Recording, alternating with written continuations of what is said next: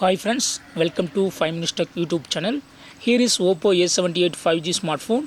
In this video, you will learn how to change home screen layout in your phone Oppo A78 5G. First of all, in your phone, go to the settings.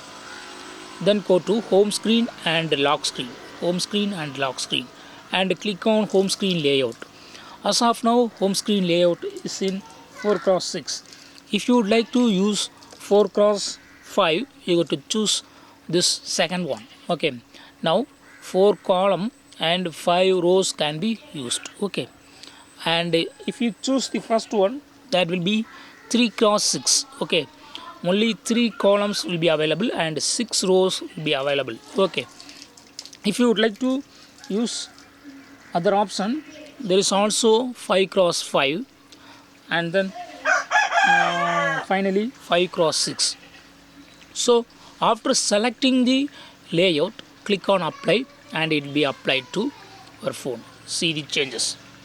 So in this way, you can easily change home screen layout in your phone Oppo A78 5G. That's all friends. Thanks for watching. Bye.